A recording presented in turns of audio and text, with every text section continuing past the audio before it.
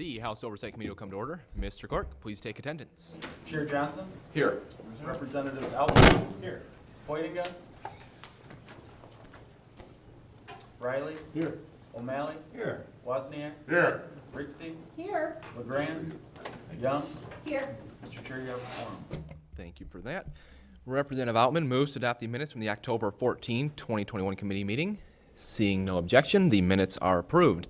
All right, today's agenda is we're going to be hearing testimony regarding the Benton Harbor water crisis.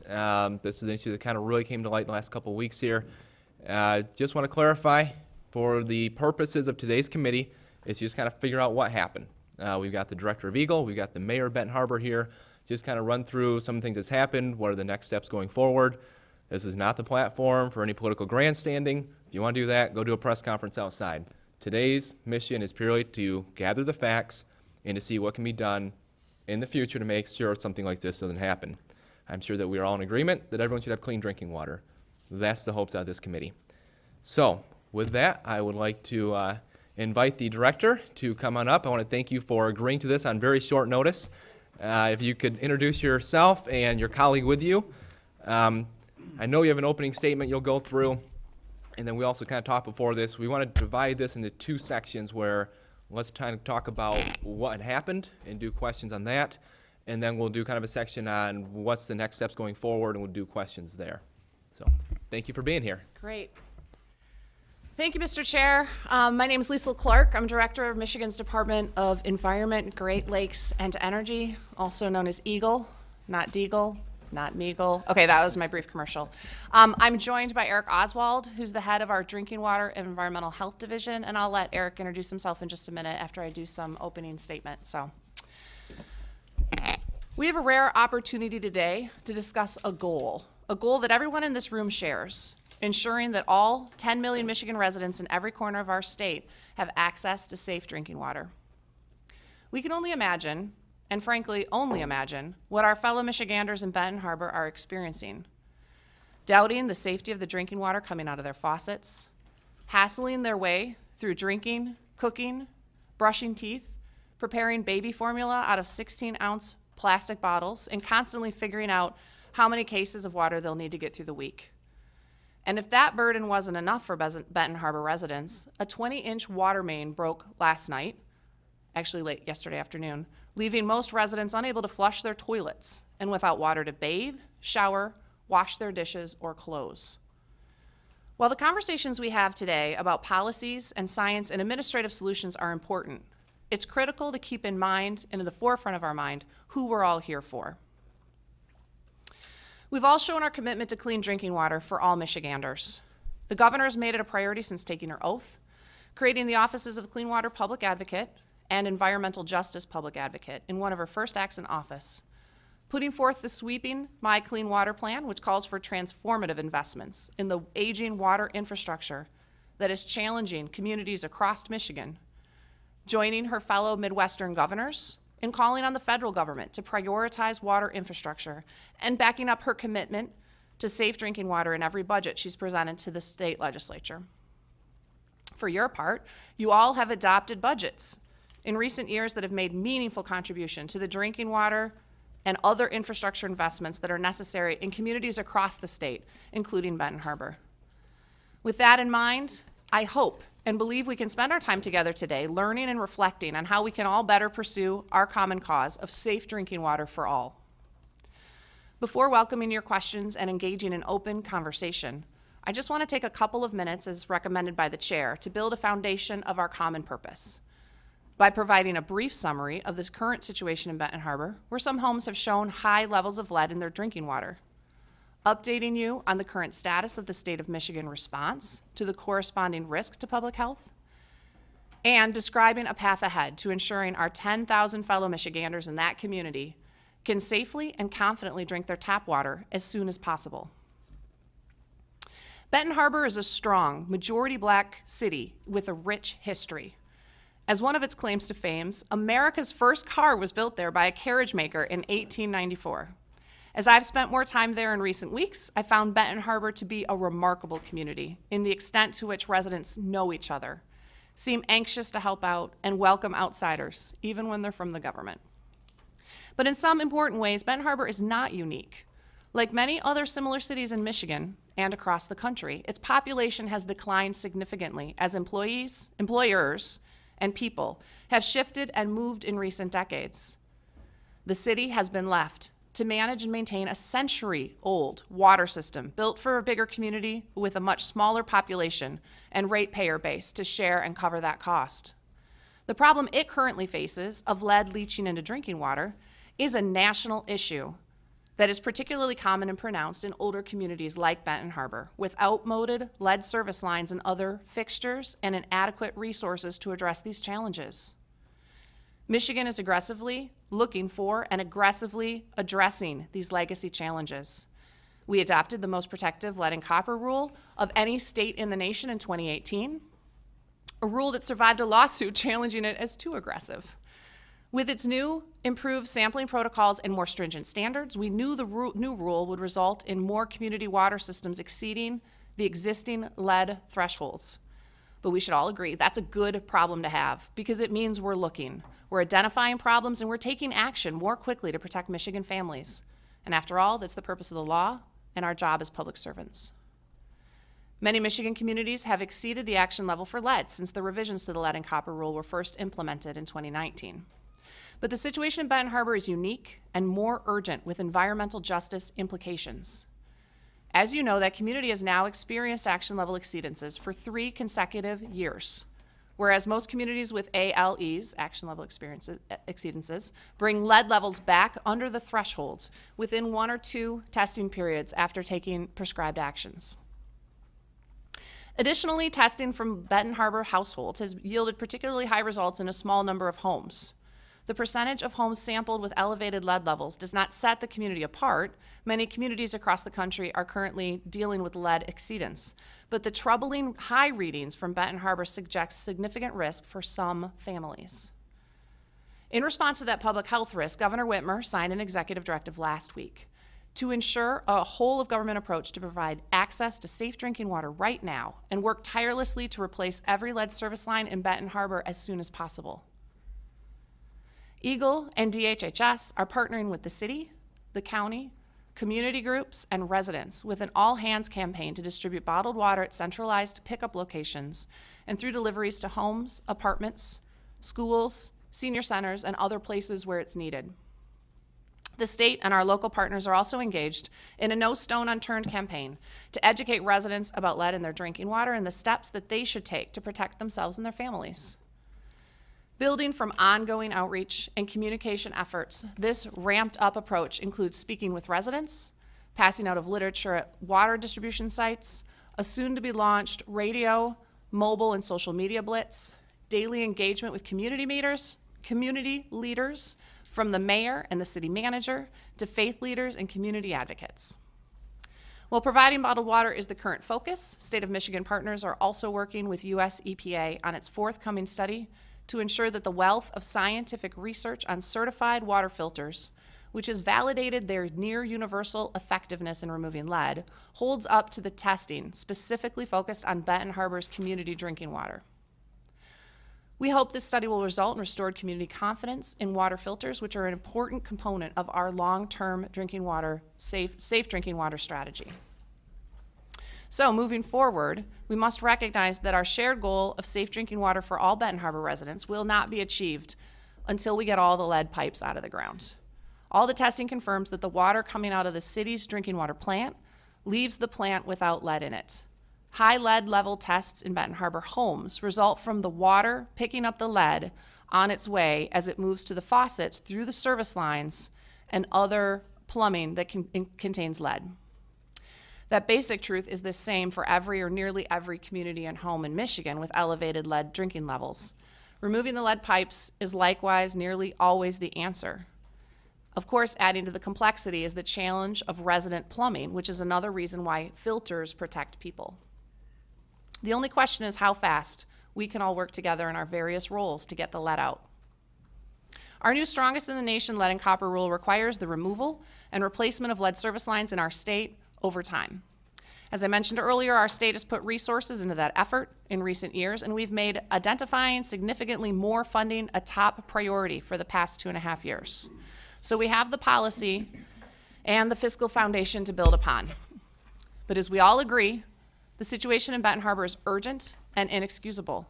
We cannot ask our 10,000 fellow Michiganders who call that community home to patiently wait for safe drinking water. The governor's committed to addressing the situation in the next 18 months through the immediate measures in her executive directive, the provision of bottled water as a near-term measure, and her commitment to replacing all lead service lines in the city during that time frame. Eagle will stop at nothing to do our part in fulfilling that commitment, and I trust all of you and your colleagues in the State House and Senate will do the same. Thanks for your time and attention. I look forward to your questions. I'm going to take a second and let Eric introduce himself to you. Good morning. I'm Eric Oswald. I'm the Director of the Drinking Water and Environmental Health Division at Eagle. I've been in that role for about 4.5 years, since May of 2017. In that role, I lead about 165 dedicated, professional, and passionate individuals that oversee the public water systems in the state, the over 10,000 public water systems in the state. We've been very active in Benton Harbor for the last 3 years, and I can show you that today. I don't know, Mr. Chair, if you want me to give an update on the water main break in Benton Harbor. I'll give you a little bit of my background, just gee whiz stuff. I spent 28.5 years in the United States Air Force as an engineer working on infrastructure across the country and across several other nations. I'm very experienced with drinking water and infrastructure systems. When I retired in 2017, I was looking for a challenge. Applied for the drinking water position and was lucky enough to get it. And I will tell you that the people I work with in the state are every bit as passionate, dedicated, and professional as the individuals I worked with for almost 29 years in the United States Air Force in the military, and I'm proud to work with them. Thank you for being in the Air Force. I was an Air Force guy myself, so Thank those you. are good credentials. If you could briefly just say where the status of the water main break. Obviously, when we scheduled this hearing, that was before that happened. Just briefly, what's the status of that? Yeah, they had a 20-inch line break, which is a large line. It dewatered about 70% of the Benton Harbor system. They spent all last night trying to dewater the hole that they dug in the street to get to the water main. They couldn't dewater it. They found this morning that there was a broken irrigation line from a nearby golf course that was flooding that line, or flooding that hole. They were able to isolate that. Currently, the hole is dry. They've isolated the break to the underside of the pipe, unfortunately, so they've got to dig a little bit bigger of a hole. They're hoping within the next 2 hours that they'll have that hole dug and have the clamp applied to the pipe. They believe that the materials they have on site will fix the leak. After that occurs, the city will very carefully repressurize the system so as not to cause any other breaks or other issues in the system, and that'll probably take 3 to 4 hours. So very optimistically, we hope sometime this afternoon we can store water pressure in the Benton Harbor system. Okay, thank you for that update. If you could, for the committee, just kind of go through a brief timeline of the lead reports that kind of got us here, starting with the first report, maybe the corrosion efforts that were taken. There's a couple different ones, maybe the differences between them. You just kind of run through that for us. Sure, I can go over the timeline very quickly here. In 2018, we did a sanitary survey. We're required to do those every 3 years on our larger water system. So we conducted a sanitary survey. We were in the works of getting those findings to the city and resolving those when they experienced an action level exceedance in October of 2018. So that action level was the first in Benton Harbor's history since 1991-92 timeframe when they first started testing. This is the first time they've exceeded the action level. The system has never had corrosion control before because they've never exceeded the action level. That's the trigger for corrosion control. So in 2018, we had the action level exceedance. Eagle engineers met with the mayor and the city manager, charted out a pathway forward, a very aggressive pathway forward. We had selected a corrosion control chemical and engineered a spot in the plant to inject the chemical and flow pace it. The plant was never designed to receive the corrosion control chemical, so it was a bit of a challenge to do that. So in March of 2019, we started treating the water in Benton Harbor with a corrosion control chemical. That was a polyphosphate blend, a 70-30. I don't want to get too far down in the weeds, but we chose that particular chemical because we looked around and saw that other cities that used Lake Michigan water as a source and had similar treatment trains that Benton Harbor did were effective in using that particular chemical to passivate their system. So that's the reason that particular chemical was was chosen and started in March. So we got that installed in less than three months there with the city from the time that the action level occurred. We continued testing the city for lead and copper tests. The city had a lot of difficulties getting the required 60 samples for the first 2 monitoring periods subsequent to the action level exceedance. They fell short of that and received a monitoring violation because they only collected around 36 samples and then 42 of the required 60 samples. So we continued to sample through 2019. The city continued having action level exceedances. We looked at the results of the water system testing and the water quality parameters we were seeing and saw that the chemical persistence of the orthophosphate in the distribution system wasn't what we wanted. So we increased the dose in February of 2020. We changed to a 90-10 blend, more orthophosphate, less polyphosphate in the water. And that's what they've been doing since 2020, and it's shown some improvement. I will tell you, these systems take a long time to passivate. When you don't have corrosion control in your drinking water, you don't have any coating on the pipe. So it takes a while for this chemical to get out there. We're talking 1 part, 1.5 parts, 2 parts per million of this phosphate chemical. So it takes a while to passivate the system.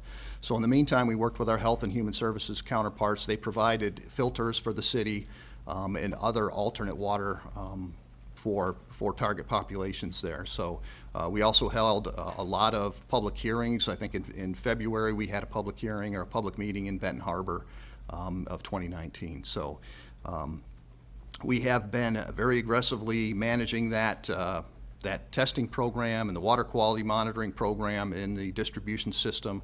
We are starting to see some good improvement in this last monitoring period, so we're hopeful that corrosion control chemical is taking effect and will start showing improvement. What we've noticed, though, in the last couple of monitoring periods is that first liter sample that we take that shows what's going on in the home's plumbing has continued to be elevated. So we're concerned about fixtures in people's homes, old brass fixtures and potentially lead fixtures in people's homes that we need to address as well. So that's kind of an overview of where we've been in the last 3 years. We've been meeting on a weekly, daily basis with the city and with our counterparts at EPA and Health and Human Services to manage this issue. So if I can just add a couple of high-level things. I think the important thing to understand is this is from the Eagle perspective, so we are the regulators. We have regulatory authority over the public water systems, and so that's what we're addressing.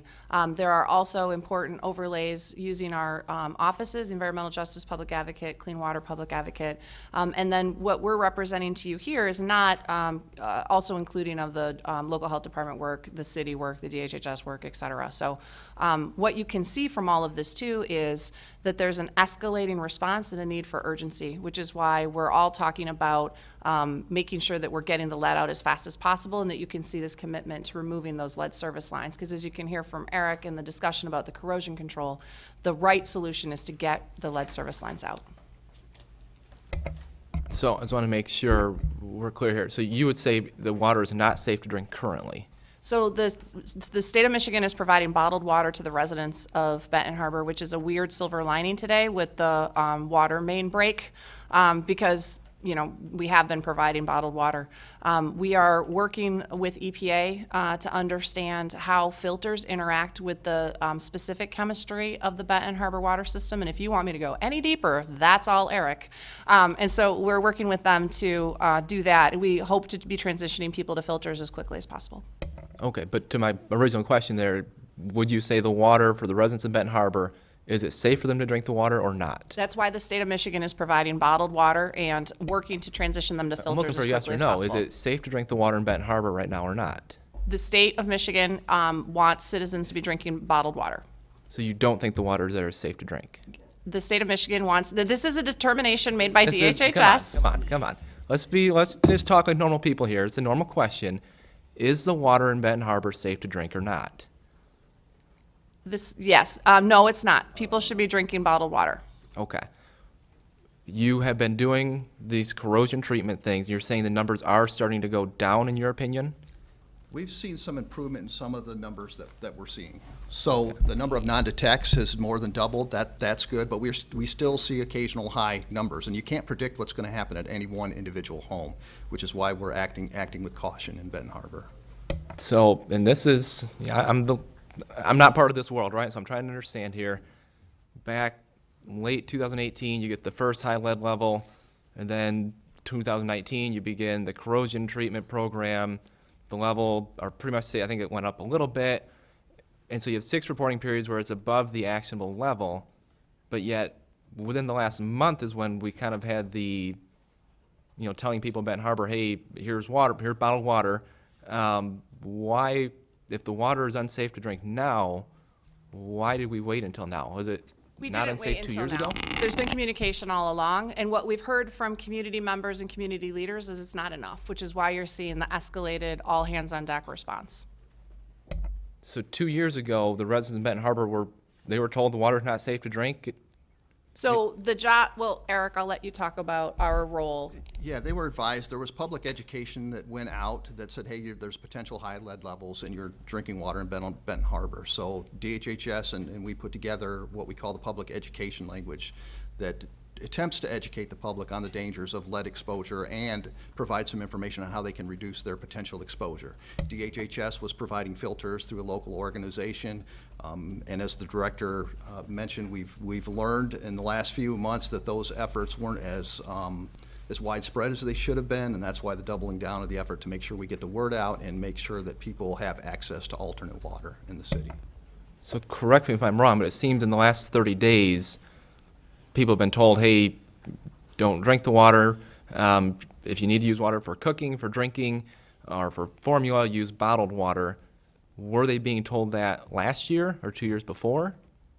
I mean, as part of that public education campaign, what were they being told? They were being told to flush.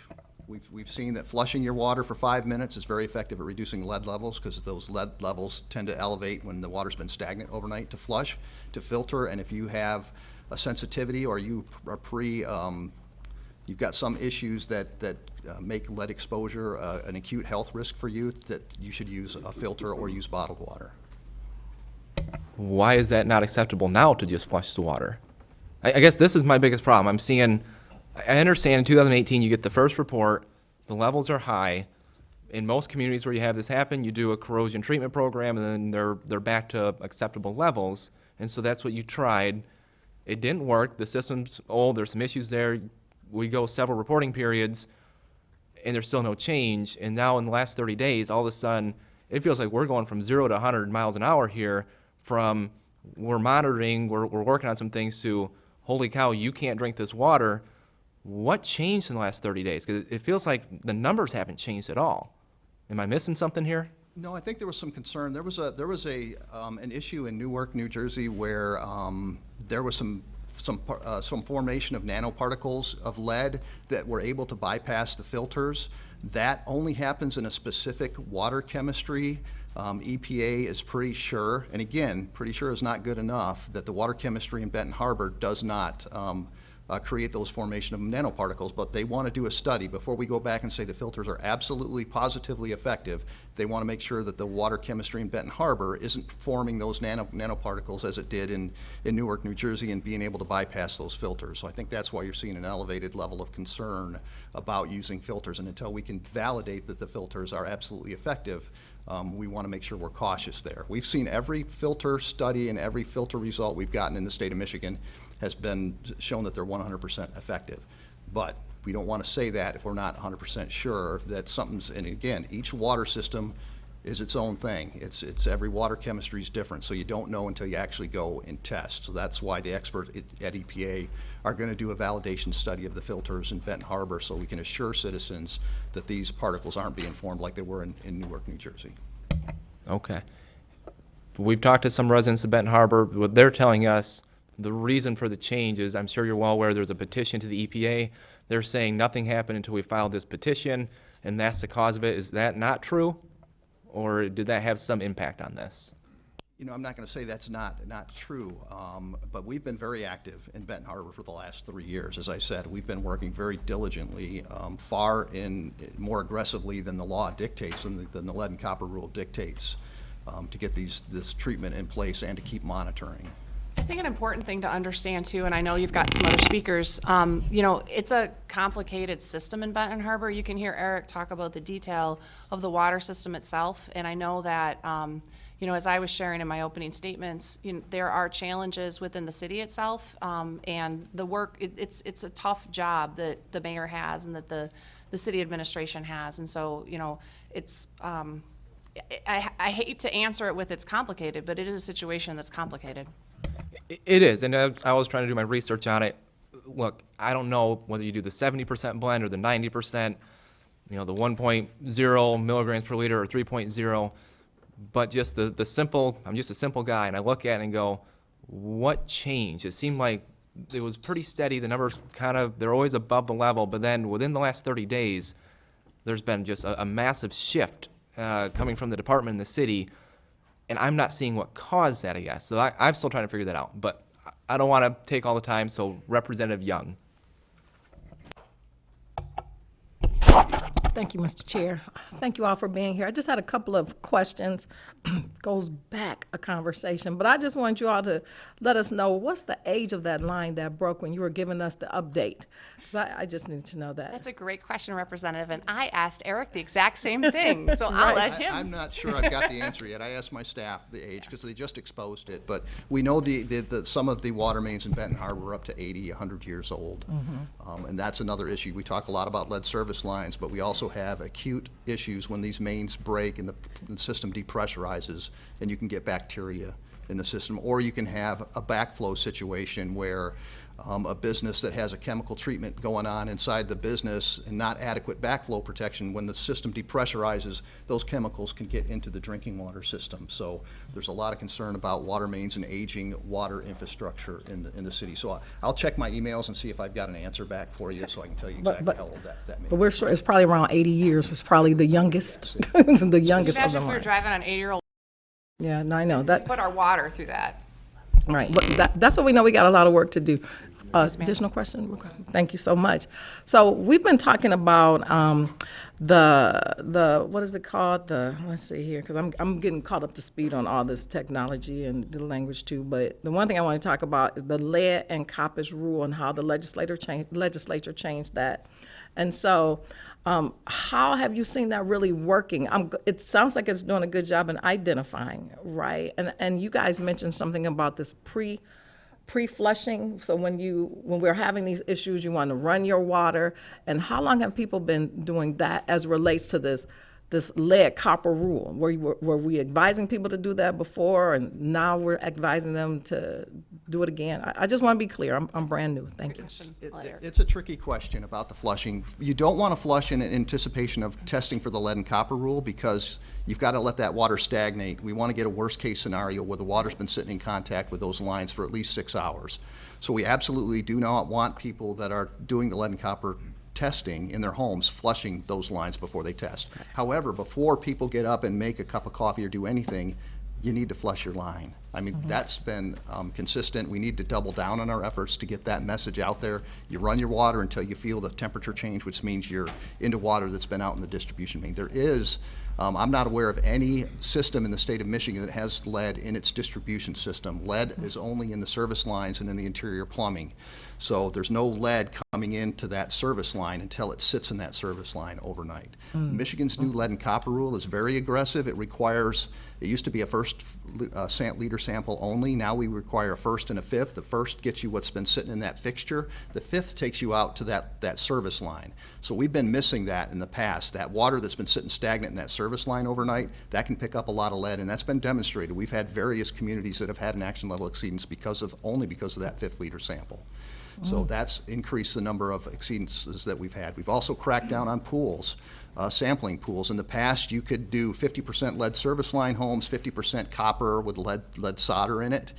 We've eliminated that. You've got to have, all your samples have got to come from homes, the tier 1 homes, if you have them, that are single-family homes serviced by a lead service line. We've also required all of our systems to go out there and do a complete distribution system materials inventory so they know where these lead service lines are. When the lead and copper rule came out in the 90s, systems got enough of a sample to know they could meet their 30 or 60 sample requirements. So that's all the inventory they did, and they stopped. We saw in Flint and other communities when things changed, they weren't positive they were getting these samples from the most the most likely exposures of lead in their community. So the inventory is meant to overcome that as well. So we've made a lot of rules to make this very, very aggressive, along with the requirement to remove 5% of your lead service lines every year, so we can get rid of this source of poison in a 20-year period. Okay. One quick one. Thank you, Mr. Chair. So, I'm just curious to know about this testing. Is there any priority given to households with small children? And then that's my last question. The only priority we give is to single-family homes. There's a tiering system. So Tier 1 is single-family homes served by a lead service line. Tier 2 gets into businesses and others that are served with a lead service line. So the only priority is given. You've got to take those samples at the highest tier possible. So as we see in Flint, where they're eliminating lead service lines, we're down to Tier 2, a lot of Tier 2 sites, and you could go down to Tier 3 sites, which would be, you know, just a home with a copper line or an apartment complex or something like that. But yeah, we highly encourage everyone to get their home tested for lead, and DHHS helps out with that a lot. They're a very good partner to have. When we have exceedances, when we have a home that tests over 15 parts per billion, we automatically send that information to DHHS. They follow up with the homeowner to do more testing in the home to figure out where that lead's coming from and to help them abate that exposure. Yeah, so if I can follow up, so Eric's describing the sampling protocol, and then also by the comment about DHHS following up when there are homes that are at a higher level. Some of the other things that we're doing, you know, to your question for people, is we're working with DHHS to make lead testing either free or reduced for the citizens of Benton Harbor right now. And one of the reasons I struggle with the question of, you know, can you drink the water, is for precisely this reason. Our work is on the distribution system. The question of what's coming out of your tap is different. Citizens should be testing what's coming out of their tap, and we do everything in our power to help them get the materials that they need in order to do that. But I can't answer what's coming out of the tap here in the Hob. I can't tell you the quality of that. What our job is to talk about the quality of the distribution system. So I just want to make that point. So you kind of brought up the lead line replacements. The enhanced rules now say 7% has to be replaced every year after that initial elevated finding. We don't see that occurring in the numbers that we've seen. It seems like they're under the 7%. Explain, how is that not really enforced? Is that just kind of a guideline, or is that an actual requirement? The 7% is still there, but it's only after the actions. If we take the action to install corrosion control treatment, if that action doesn't bring their action levels down, then that 7%. And Benton Harbor's at that point right now where that 7% has now kicked in. So we'll be requiring them to remove 7% of their lines. At what day did that start, I guess? That would start on the 30th of September, so 1 October. Of this year? Of this year. This has been going on for almost 3 years, and it's just now starting? Yes, the increased 7%. Okay. I'll have to reread the rules. I feel like that's not the case. That was supposed to start sooner. It depends on when you define that. This is the nuances of the rules. You know, when we install the corrosion control, you've got to give that a chance to work. We give the systems some time for that corrosion control to work. If after that corrosion control doesn't work, then that 7% kicks in. So we can look at where you decide that corrosion control wasn't working and where you mark that line. I believe it was March of 2019 that we started the corrosion control program. That's correct. 2.5 Correct. years And ago. then we adjusted it in 2020 because we saw it wasn't being effective. So it depends on when you draw that line. But then if you just keep adjusting it, could you say, well, we're just always adjusting? I mean, at some point you have to say yeah, you got to start absolutely. replacing At lines. some point you've got to call it, and that's what we've done. We've What- adjusted again, And I know this is, every line's different. What's a ballpark number, the cost to replace one line? we estimate about $5,000 $5,000, okay. per line. Thank you. Representative O'Malley. Thank you very much, Mr. Chair. I just have, I think, a couple of quick questions here as I'm becoming, an expert on this in the last half hour. And I guess I just start by saying, as I listen to this and I think about my family, and when this discussion happens, we can talk about this percentage or that percentage, but if I'm the one who's turning on the tap, I don't want to seem insensitive, but these are obviously questions that can be asked. So just real quick, do you have a guesstimate as to the percentage of homes in Benton Harbor that are in this situation? Is it 50-50? Is it 80-something? It's just, I couldn't even speculate because it's so, as we see in our lead testing that the results vary from time to time in the same home, and your neighbor could have the same situation you have, and we can see very different lead releases. It's very problematic and it's very sporadic how this lead gets released, which is part of the problem. Okay.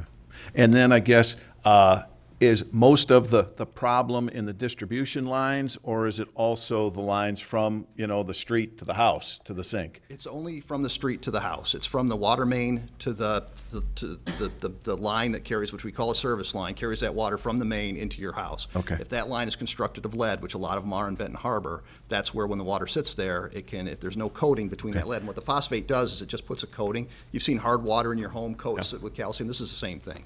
So- It prevents lead from coming. So most of the infrastructure of the municipality is lead-free. Correct. It's a home issue. Okay. Then I guess another question, and I sucked in chemistry in school, so when you talk about this stuff that you're putting in the water that kind of covers the pipes, if that helps bring it down, does that buy more time? It potentially makes it reduces the exposure for Okay. lead.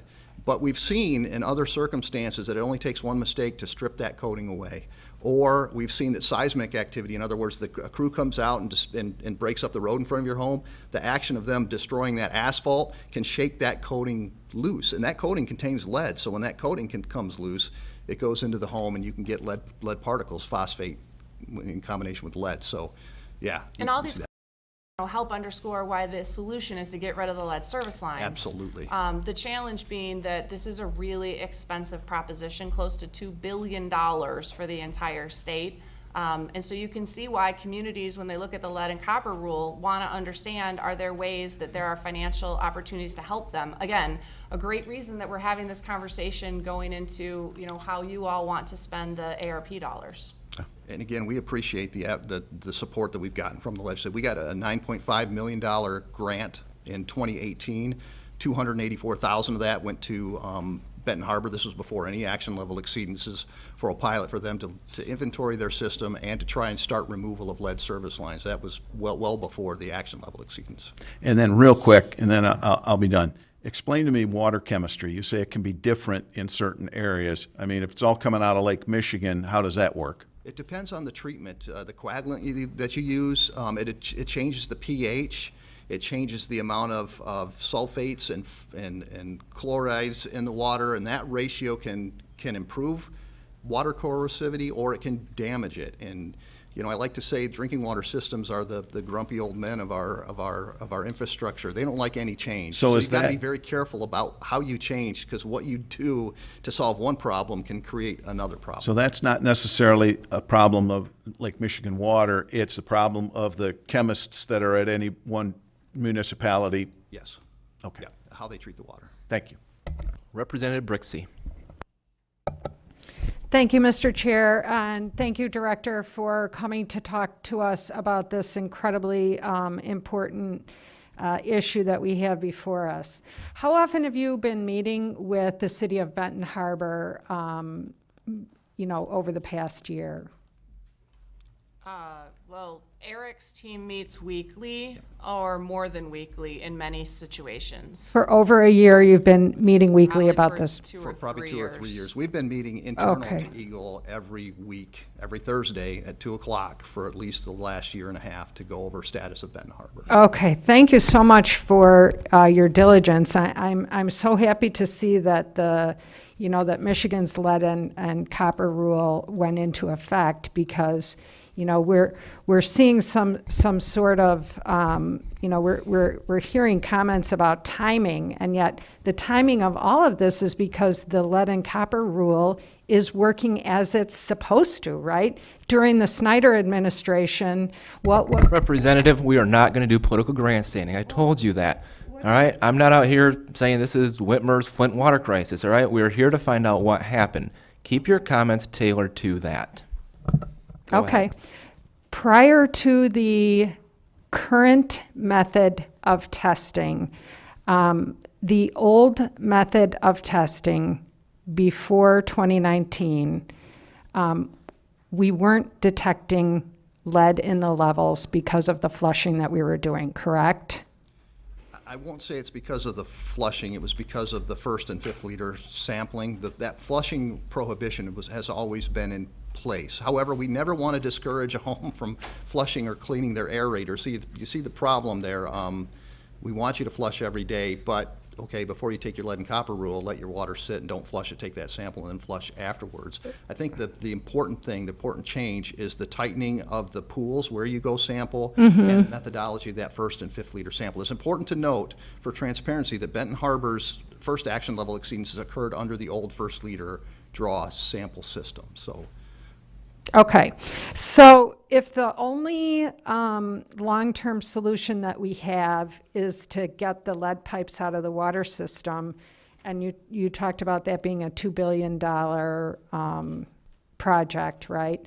So for big picture that we're looking at, we're looking at oversight of you, but your job is just to tell someone they have a problem. You don't get to give them the money to fix the problem that they have, right? That's our job as lawmakers here. The legislature is the one that has the ability to direct funds to the communities to fix this problem, right? Yeah, that's true. We don't come with a pot of money. We tell them, we call strikes and balls, and we tell them where their problems are and tell them to fix it. Right, and so, but we're telling them to fix it, right? And you can't create the tax base in a community to fix it, right? And you're going to go into a community like Benton Harbor, where the poverty rate is 45% of the population is living below the federal poverty line. And so the people who pay for the water, the way our system works here in Michigan, is that the people who use the water have to pay for all of it. And so suddenly we have people who have water that isn't really safe for them to consume unless they're doing something to it, like flushing or putting filters on or something like that. And yet they're the ones that are supposed to pay to replace 80 to 90-year-old lines, and half of them are living in poverty. Like how could the department, if you had a magic wand and you could wave, what would your budget be, and how would you change the system so that you could really not just monitor it but fix it? So, we are very open to having conversations about that regulatory oversight. We are creatures of statute, so we do what's in the statute, and would be glad to have discussions about, where do you think things need to be tightened up from an LCR perspective. I also want to point out that lead is not the only problem with our water systems. We're sitting here having this conversation with the challenge of the water main break that's ongoing in Benton Harbor right now too, which is demonstrative of the fact that we can get all the lead service lines out, then we also need to deal with fixtures in people's homes, as well as other challenges that cities and communities face to their water infrastructure. I don't have a silver bullet for these problems, but what I can say is that we've all been working on these water infrastructure issues, cataloging it, working through asset management plans whenever possible with communities to help them prioritize where they're spending their dollars. We see our role, of course, as regulator, implementer of statute, but then also when you all make determinations about appropriation, those are dollars that flow to communities, that help communities make these improvements for their people. And so happy to work with you on both the combination of policy and funding. Well, and it seems in true oversight, if we want to examine how do these problems that are so serious and so impactful to human health occur, we have the responsibility here in the legislature because, one of the things that we do is control revenue sharing to local communities and local units of government. And I can tell you, having come from local government where I served for nearly 20 years, the state revenue sharing has declined dramatically over that time period, which... Representative, we're trying to keep the discussion onto what specifically happened here. All right, we're not an appropriations committee. So please keep your comments. We're trying to figure out what happened and ways to prevent this in the future. Go ahead. Revenue sharing is something that happened, Representative, Johnson, Chair Johnson. With all due respect, revenue sharing is not why it took 3 years for this problem to be elevated to this point. All right? I do have a question, if I may, regarding that. How much, I know we've done like a $10 million down payment with this recent budget. How much did the department request after this was first identified in 2018? How much money has been requested for Benton Harbor specifically for lead lines? And so it'd be the 2019, 2020, 2021 budget. Don't have the full breakdown of all the requests in front of me, plus all the dollars that have been given to Benton Harbor, not only through the state, but also through our federal partners. They just received, I think it's $6 million from the feds to start the lead service line replacement. I don't know what you have in your head.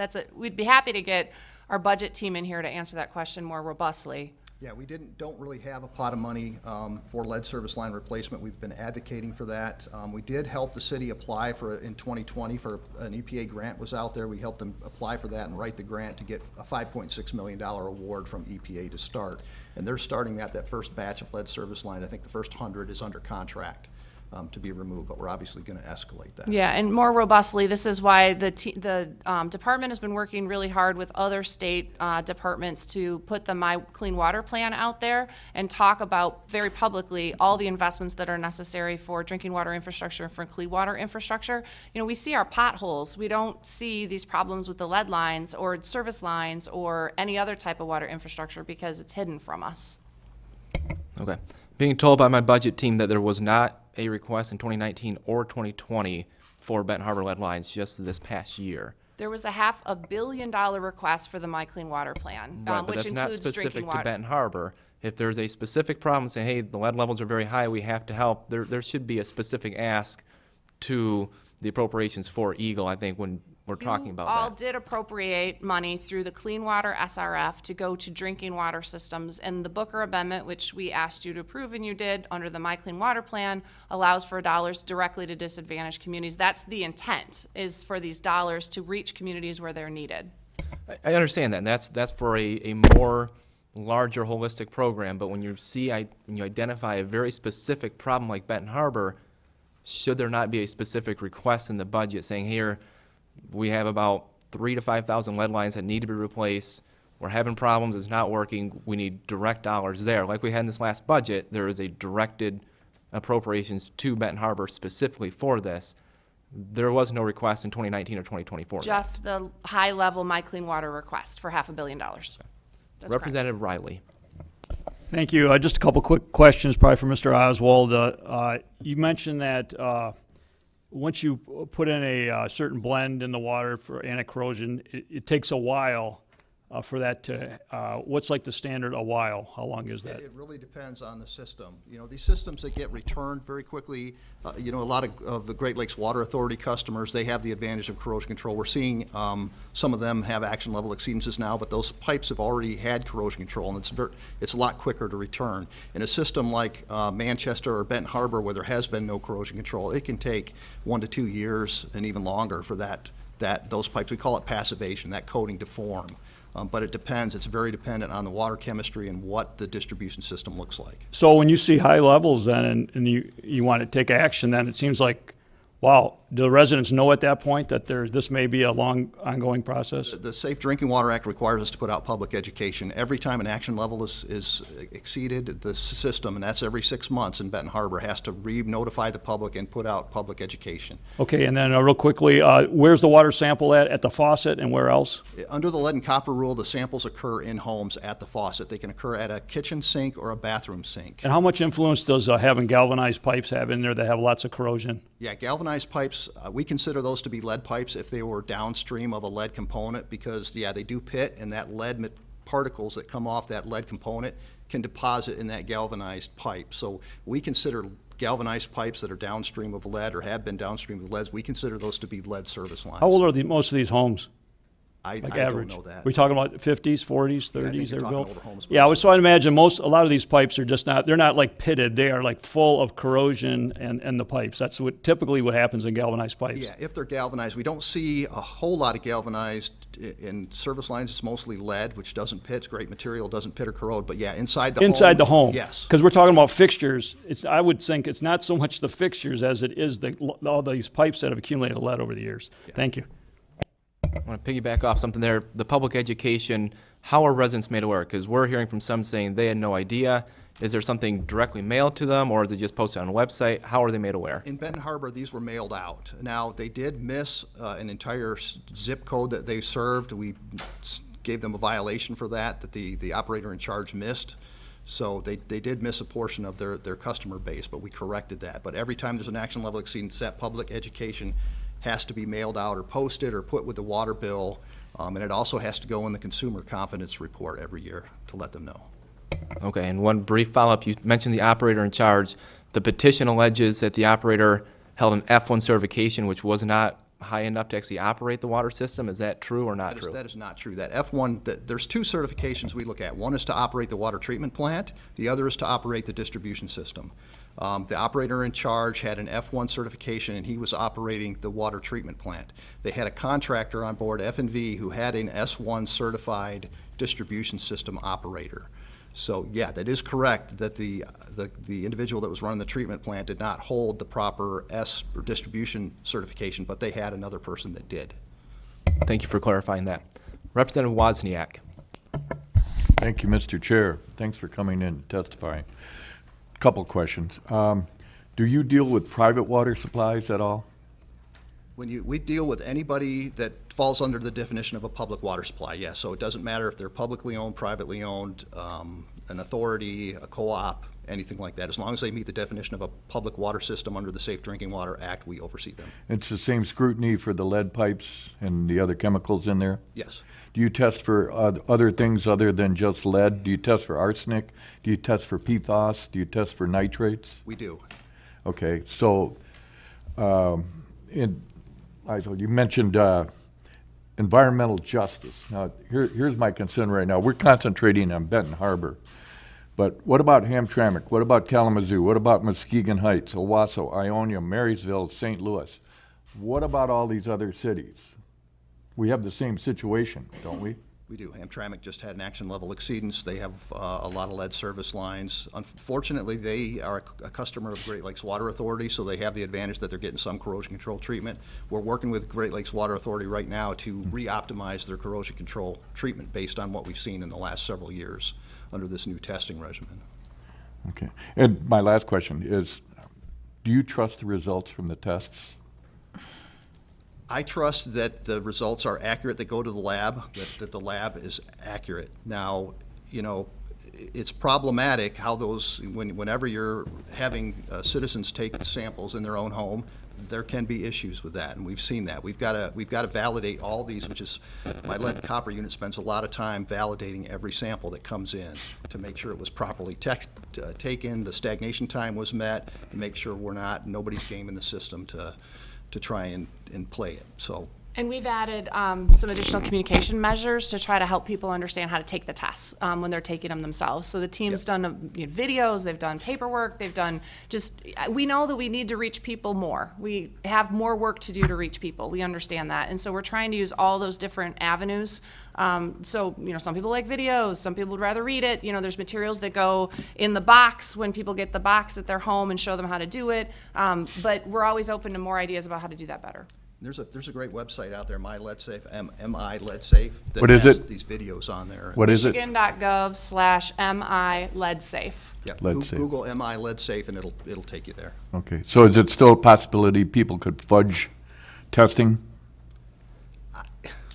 You know, I wouldn't want to speculate. I think it's, since the new lead and copper rule, we've clamped down on that. I think we've got better control, but certainly is there a possibility a homeowner, because the way it happens usually in systems, they get homeowners to participate in a lead and copper. They drop the kit off. They tell the system, they educate that consumer how to take the sample. The consumer does it on their own. So they'll tell them when the sample's ready to be picked up, the system will come back out, pick up the sample, and you just have to trust that the homeowner took that sample properly. Okay, last question, and then back in terms of environmental justice that you talked about, do you have, and it might be premature for that too, do you have any plans for these other cities that are in trouble? Absolutely. I mean, we're working with Hamtramck now. We're working on a town hall to go in there with our Health and Human Service counterparts, again, to to promote that public education material, to tell people what they can do to control any exposure, limit any exposure to lead, how to properly use filters, how to identify a filter. All that information will be out there, and we'll be working with the system to look at, and again, they get their water from GLEWA, so the city itself isn't treating the water, they're buying it from GLEWA, so we got to work with GLEWA to reoptimize their corrosion control treatment. Great, thank you for your answers. Thank you, Mr. Chair. Thank you. So when you analyze a single corrosion control, like the Keras 8600, how many doses are required to analyze that? For normal lead and copper testing in a community? Per the federal and state rules. It depends on the population. For a small city, under 10,000, I believe it's 30 samples, but Benton Harbor was kind of over that, so we decided to leave them at 60. We didn't want in the middle of an action level exceedance to take them from 60 to 30. That's not the way we want our data flow to go. The more data we got, the better. So it depends on the community. The larger communities have to take 60 samples. That sampling period can be reduced. Although under the new lead and copper rule, it's harder to do that. Before it was like every 3 years. However, once you have an action level exceedance, you go back from reduced monitoring to what we call full-scale monitoring, where you have to do it every 6 months and you have to do your full chart, which in Benton Harbor's case was 60 samples. Okay. Were any of the blends deemed optimal? We initially, you know, that 70-30 blend, we put that out there as an optimal blend, yes. That was our first estimate of an optimal blend, but we wanted to continue testing because the only way you can tell that is by testing. And it wasn't working as fast. We certainly, nobody is satisfied that Benton Harbor's had these 6 action level exceedances. So it wasn't as optimal as we thought it was, so we redesignated the 90-10 blend, and we're seeing that work a little better right now. The problem with the 70-30, and the reason that we went with that, is you've got these old water mains, and the problem with orthophosphate is it binds with iron, and all of a sudden you have discolored water going through your system. That poly portion of that binds that iron up and doesn't let it discolor the water. So you've got to be careful about what you do and not take one problem and cause another problem. Okay. In your opinion, should the state be declaring a state of emergency for Benton Harbor right now?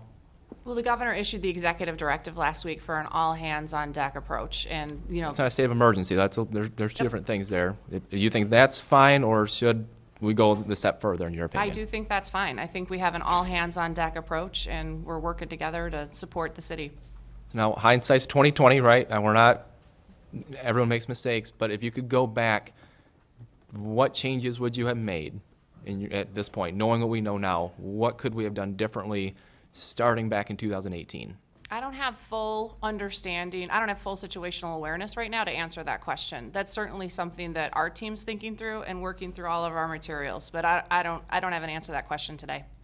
One of the things with this corrosion panel, we're going to take a look at the Benton Harbor data and review it and do after action on what we did in Benton Harbor, what worked, what didn't work, and what we can do better. So we've assembled this corrosion panel. I'm going to chair it, and we're going to look at Benton Harbor in particular to see, okay, here's the steps we took. What could we have done better? What could we have done more efficiently? So that's part of that. Yeah, we should set that up. So I asked the team to put this corrosion control panel together a couple of weeks ago in order to do that review and to include national experts, EPA experts, university experts to complement what we understand. I shouldn't say to be additive to what we understand, so that we can learn more, because we know the state of the science here is always evolving, and we want to make sure that we have as up-to-date information as possible. So that panel will start meeting as quickly as possible. Okay. And I want to be respectful of your time here, so one last quick thing. When do we expect to see the next lead level report out of Benton Harbor? Their next sampling period finishes up at the end of December. So we're monitoring those results now. Okay. And at this point, we're just going to continue. I mean, should the residents of Benton Harbor expect they've got to use bottled water until those lines are all replaced? Is that kind of the assumption they should be under right now? No. EPA is doing a filter study to make sure that the filters that we think are highly effective also work with the Benton Harbor water chemistry, and we hope to have those results soon. What's our timeline on that? That's a great question. The team was meeting this morning with that conversation. I don't have an answer. Days, weeks, months? I'm hoping it's weeks. Okay. All right. Thank you guys for your time. Yes, sir. Really appreciate you coming here and answering some questions. A lot to try to learn. It's a complicated issue, so thank you for taking the time this morning. Thank you. You're welcome. Thank you, Mr. Chair. All right. We do have, who wants to speak briefly to this, Bishop James Atterberry. I believe he's here. Said he thinks he can do his testimony under 5 minutes, so, and then we have to get to the mayor. So thank you for being here this morning, sir.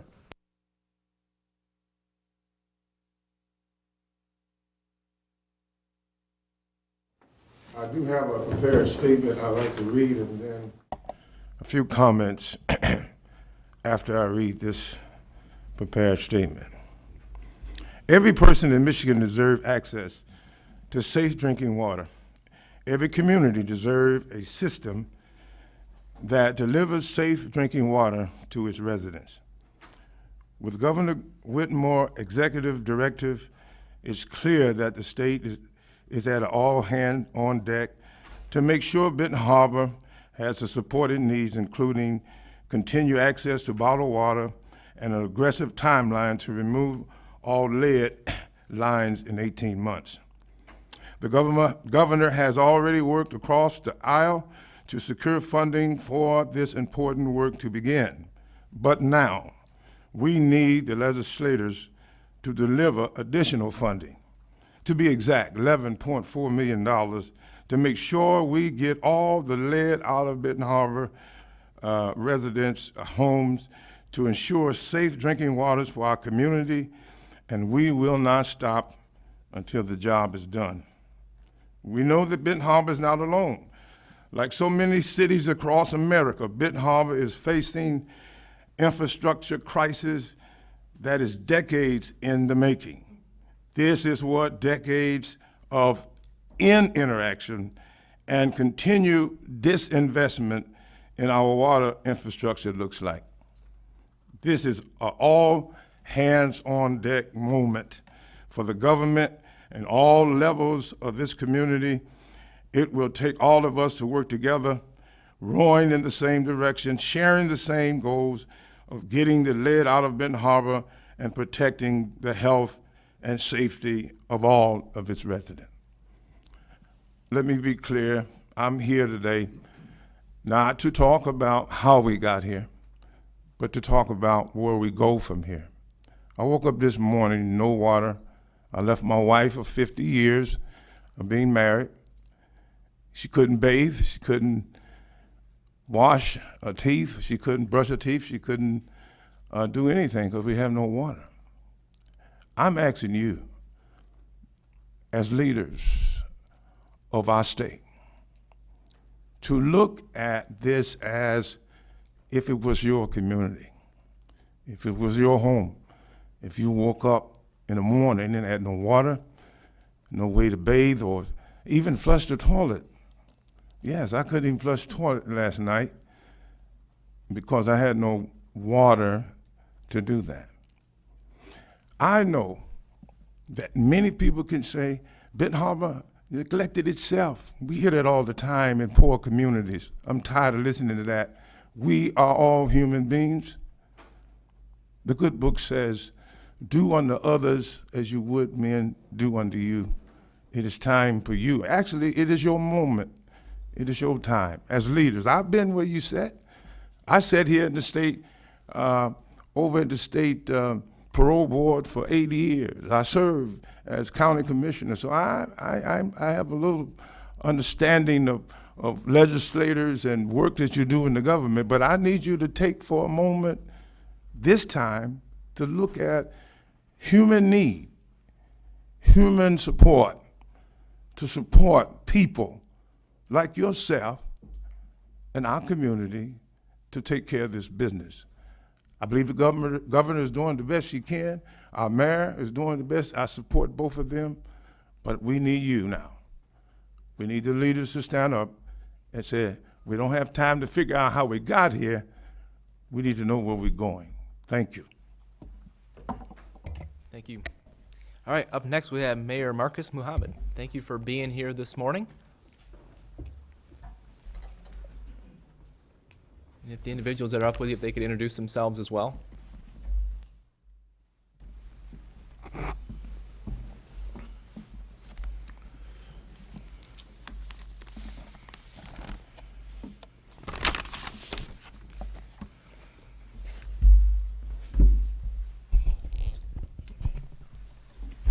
My name is Alexander Little. I'm the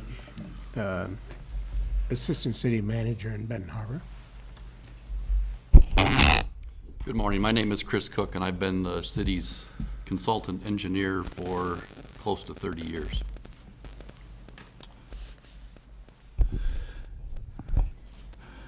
Marcus Mohammed, Mayor of the City of Benton Harbor. I was elected as a city councilman in 2010, served as the Mayor Pro Tem to 2012. I was re-elected to the City Council and was eventually elected as Mayor of the City of Benton Harbor in 2016.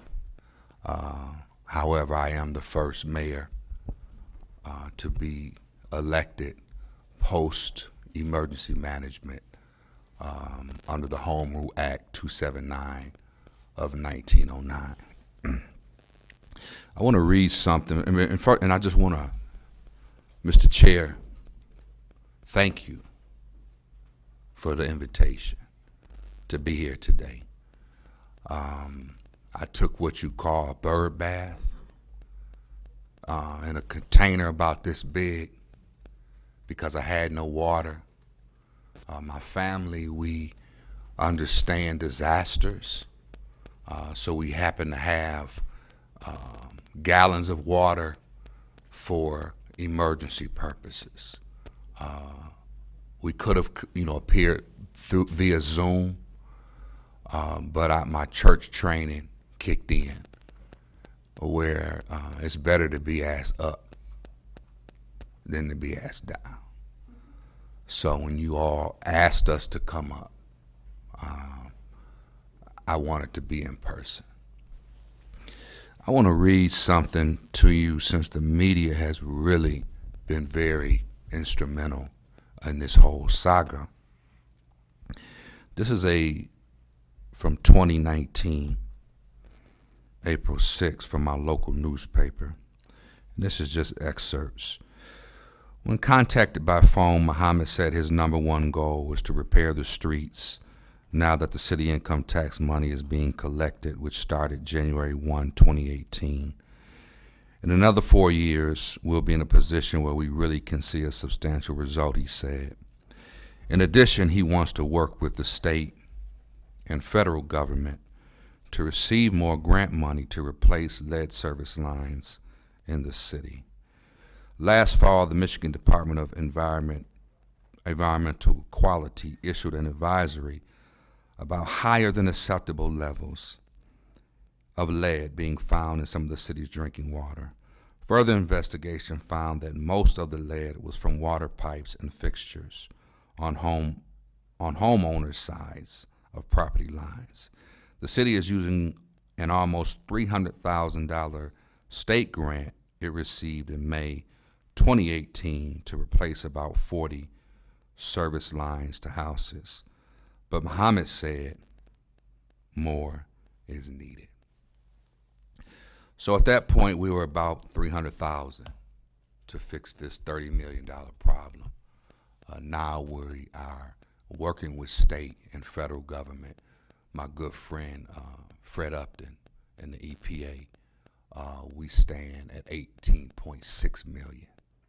And your benevolent bipartisan agreement with Governor Whitmer brought us to that point. So we have $18.6 million. We've already started the work.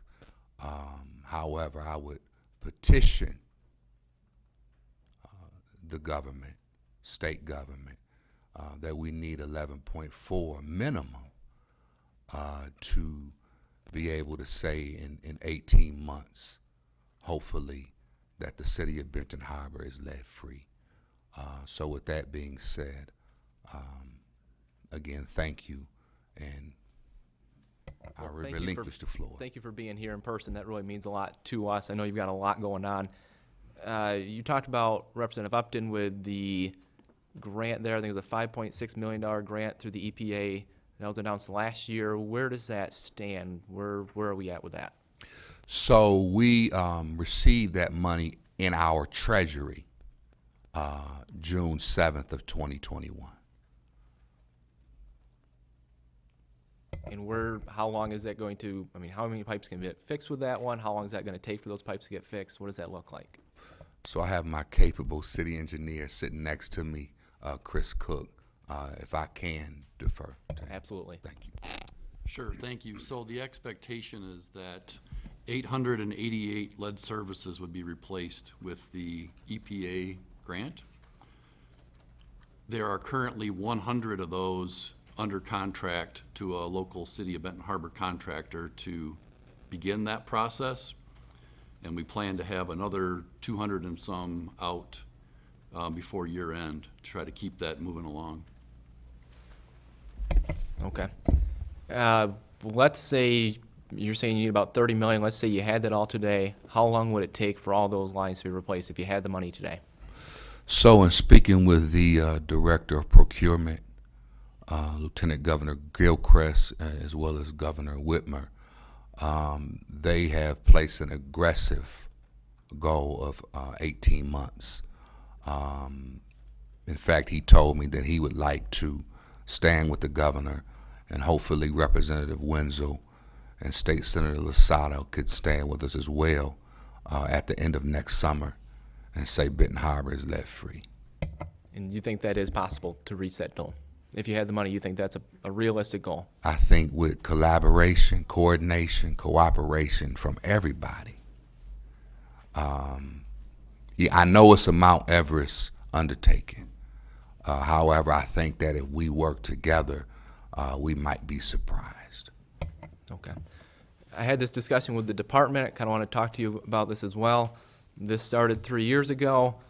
We've had 6 reports in a row where the lead levels were high, and yet it seems like this just ramped up a lot in the last 30 days. Should we maybe have done things different 2 years ago? What, in your opinion, what caused things to ramp up seemingly out of nowhere here? The timing does look strange, right? It's right after this petition was filed that all of a sudden you're seeing a substantial change in how this is being messaged.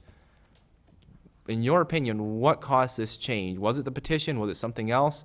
And should this have, should we have told residents you need to use bottled water? Should we have said that 2 years ago, in your opinion? So if you look at the chronology, you'll find in 2018, after we tested 30 homes and detected that 8 exceeded the 15 parts per billion, we notified those 8 homes as well as the 22 homes that did not exceed.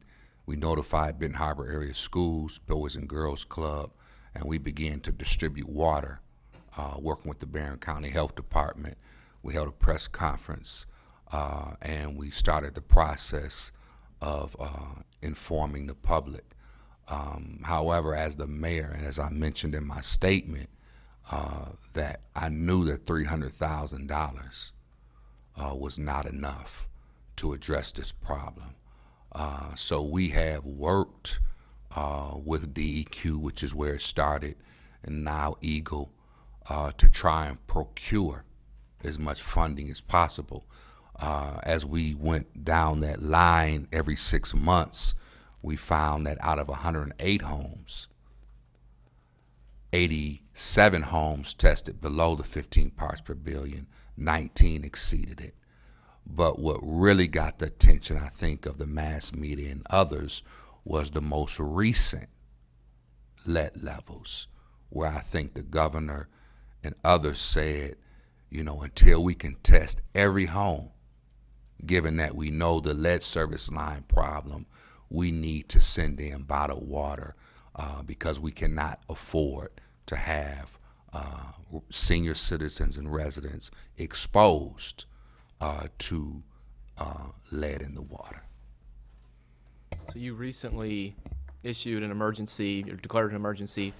Should we have maybe done that earlier? Now, I mean, it's hindsight. I understand, it's not fair to go back here, but looking at it, trying to see, is this something that when you have lead levels at this level and we've been through multiple corrosion treatments, is there maybe a point where you say, we maybe should have declared emergency sooner, or do you think this was the appropriate month? Well, I think that after finding, that 8 homes exceeded it, we thought that at that time to alarm the public, to begin to send out notices, provide filters and bottled water was a start. And we wanted to follow the process and working with Eagle, as well as DEQ, to try and find out how many other homes. But it reached a certain point to where the city council passed a resolution to say that this is a local emergency. And I do have in the packet for you the course of action that we plan to take in response and in support of the governor's executive directive. I'm still struggling trying to understand why the state of emergency now. I understand when we first get the information, you say, all right, maybe not on day one. Maybe we say, all right, there's 8 homes, we need to investigate a little bit further, we make sure people are notified, let's try our initial treatment to see if we can get this under control. But we've had 6 reporting periods in a row, and the last one came out, I think, over a month ago. Nothing, really. It was just status quo. And then, seemingly out of nowhere, now we're hearing all this action has to occur. So I guess I'm just trying to wonder, as we know we have other communities that may be facing this issue, should they be thinking to themselves, how many failed tests do they need before they declare that emergency? I have a hard time understanding why we're waiting 3 years. I get where you're saying when you get that first report, maybe that's not the right time. We have to try the preventative measures. But I think there's got to be somewhere between when you get that initial report and 3 years. 3 years seems like too long, and nothing really has changed in that 3 years. Am I missing something here? So between the 8 and 19 homes over 3 years, and the lead exceedances in the most recent testing, that's what triggered it. But I will say, Mr. Chair, the modus operandi of the council in declaring the emergency was to get the attention of the state government as a whole. Because as the mayor, I know, and my motto is, I can of myself do nothing. I need the council, as the governor needs the state legislator to act.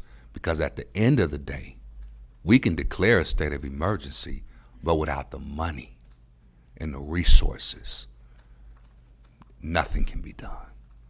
You've got our attention now, and that's good. I think that's what it just kind of reiterates my concern. Why was this really brought to our attention 3 years? Had this been declared a year into it, perhaps there would have been a funding request in the 2019 budget or the 2020 budget. Instead, we don't get it till this last one. And as we're trying to figure out with other communities that are going to probably face these same issues, I don't think their residents should be waiting 3 years before the state takes action. 3 years before we're actually sure that, 3 years where they're not being told directly, hey, don't drink this water. Right now, your residents are being told that. Hopefully, they're able to get the bottled water. But how many people didn't think it was a big issue because there wasn't an emergency? There wasn't a lot of coverage, and so you had children maybe potentially drinking unsafe water. We want to make sure that it doesn't happen again. I don't know. I'm going to keep thinking about that. I think there's got to be something in there that maybe would be a better timeline.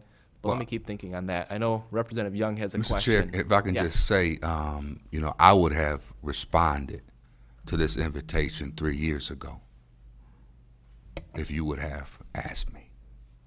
We weren't aware of this 3 years ago, and I think that's the problem, is this was never elevated to us. And so it's elevated now because of the actions, right? It's all over the place, and I'm glad we're having this conversation now. I wish we would have had it 2-3 years ago. And that's what we're trying to figure out going forward. How do we make sure that that does get elevated? Because it didn't happen here. Representative Young? Thank you, Mr. Speaker. Thank you all so much for being here on today. This is tough. This is tough, and particularly, you wake up to a water main break, and now we have all that on top of what we're already dealing with. So again, thank you for that. I just have a couple of questions for you gentlemen on today. I'm real clear about what the ask is. So our ask right now is approval of this $11.4 million to help us reach that 18-month goal, correct? Absolutely correct.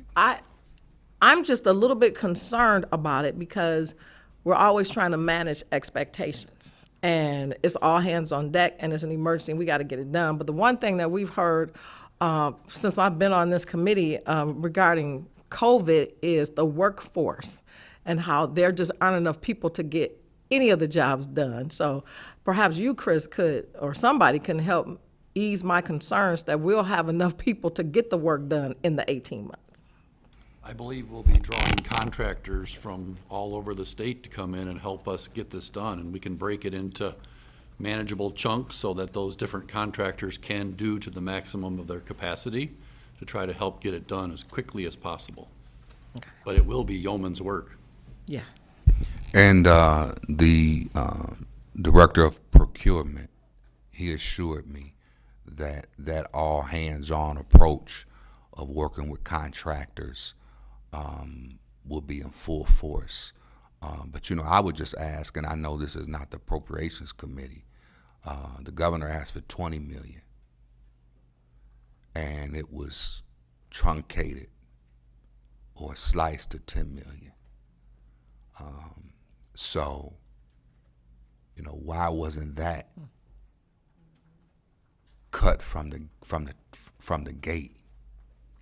I'll just step in. It's a $10 million down payment to get things started. We're still having negotiations with the supplemental, so I wouldn't say that we're not fully funding the 20. We got the 10 million out the door as we further these conversations to see. So I think sometimes that's what we do in legislatures. We get the money started as we try to understand the problem, because it's really been brought to light very recently. Right, because if we recognize the urgency, then the response should be in kind. So if you know that this is an urgent 911, then cut the check. I don't know if you listen to rap music, but there's a rapper named DJ Quick that said if it does not make dollars, then it does not make sense. So this problem must be and needs to be solved with revenue. And if you don't like DJ Quick, the Bible says money answereth all things. So we need the money, Mr. Chair. When did you first recognize the urgency of this situation? Well, that's with my first statement. And I said in 2019, April 6th, I'm gracious for the 300,000. Actually, it was 284,000. But I said then that I'm committed, and I'm even more committed today, to working with the state, number one, federal government, number two, because we need more. Did you recommend to the governor or the department back in 2019 that you needed more money? Well, Governor Whitmer did not come in until January 1 of 2019. So, you know, my concern at that time was the unfunded mandates that we were getting from Eagle to increase staff, buy chemicals. Of course, it was COVID at that time, so the political environment and what was going on in Lansing, you know, it was some challenges, I think. So when did you first elevate to the governor or the department the need for the funding? And when I stated in April 6th, we need more money. April 6th of what year? 2019. Okay, and that was to the governor or the department? That was to Eagle. Okay, so you told or Eagle, DEQ. DEQ or Eagle in 2019. That the 284,000 is not enough. Okay, thank you. Representative Riley? Thank you. So overseeing the water treatment plant, you've got a joint board of commissioners between Benton Harbor and St. Joseph's, right? No, sir. You do not? Oh, okay. Who oversees the water treatment plant? The board of commissioners does not? There's no board that oversees that? No, sir. Okay, I thought somehow you had somebody from the city that was involved. So we do have a water department director, and then we have a contractor, as stated before, that does the actual distribution and overseeing it. And Mr. Cook, if you want to speak to that. I would just say that there may be some confusion about the wastewater plant. Has a joint board that consists of folks from City of St. Joseph, Benton Harbor, and some other member communities. Okay, The Benton Harbor water plant is owned and operated entirely by the city of Benton Harbor, so it's under the purview of the mayor and commission and the staff that work there. and is that commission, so, in the commission that works there, what is that commission called? There's not a commission that works there. There are staff that work there. The commission I referenced was the city commissioners, Okay. who oversee all the operations of the city. Okay, and you guys are fully staffed, correct? You have no vacancies in those positions? So that was one of the recommendations of DEQ in 2018. But if I can just rewind, in 2010, under the first emergency manager, after he attempted to sell the water plant and found out that he could not, then he cut over half the staff and eventually fired the director. So when DEQ came in 2018 and said, wait, you need to increase the staff, you need to hire a contractor, I was cross-eyed because on one hand you had a state official to deplete the water labor, and then another official coming back saying you need to increase it. But again, I signed the administrative consent order immediately because my whole aim and purpose was to provide clean, safe drinking water and be in compliance with the act. So over this 2 to 3 year period, do you believe the residents of Benton Harbor knew that the water was unsafe to drink? Were they properly notified, or is that just kind of a recent change? I mean, were they drinking the water, in your opinion? So from what I do know, some residents were drinking bottled water. Some residents, the tap water. So I think it was a mix. May I ask, for over these 3 years, were you drinking tap water or bottled water? If I may So my home was one of the 89 tested that tested below the 15 parts per billion. Actually, mine was 0. So, I still use it for brushing teeth, for cooking. However, I've always drank bottled water because I don't like the chlorine, the fluoride, and the other chemicals that's in it. Okay. Well, we do have a hard break here because we have session at noon. So I do appreciate you coming in today and trying to enlighten us a little bit more what's going on. We want to make sure that we can help you, make sure this doesn't happen in other communities as well. So thank you for being here today. With that, we have to adjourn here because we're hitting a deadline here. Go ahead, briefly. Yes, we need you, this body. Oversight is so critical because out of oversight comes solutions. So I'll be looking for a report, hopefully from you all, on what your recommendations are moving forward for Benton Harbor and for other communities. May I submit this packet here? Absolutely. Thank you. And we do intend to make some recommendations, so thank you. Thank you. With that, the House Oversight Committee is adjourned.